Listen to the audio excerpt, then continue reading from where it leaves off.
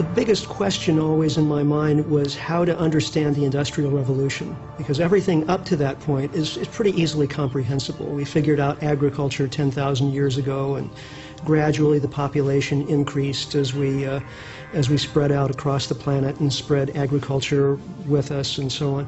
But then 200 years ago, with the beginning of the Industrial Revolution, it's like everything goes haywire.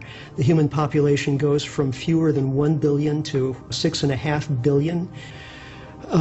And the scale of the human impact on the environment increases exponentially as well. So again, how to explain that? Well, I tried, looking into the history of capitalism and looking into our mythological, psychological interaction with nature and so on.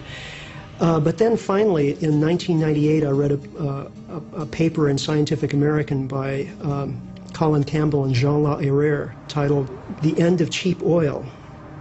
And for the first time, I began to understand the role of energy in human social evolution. And for several years, I studied this and read books.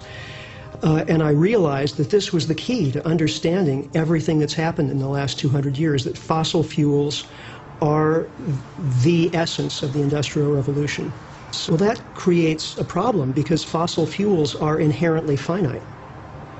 Oil was created, 90 to 150 million years ago, and we're drawing down that stock of highly concentrated fuel in an amazingly short period of time. What's 200 years compared to 150 million years? And that oil is going to be gone virtually by the end of this century. So the 20th century was all about using more of the stuff.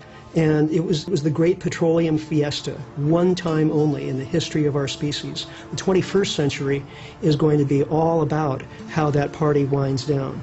This is the most serious problem to face the human race since we've been human.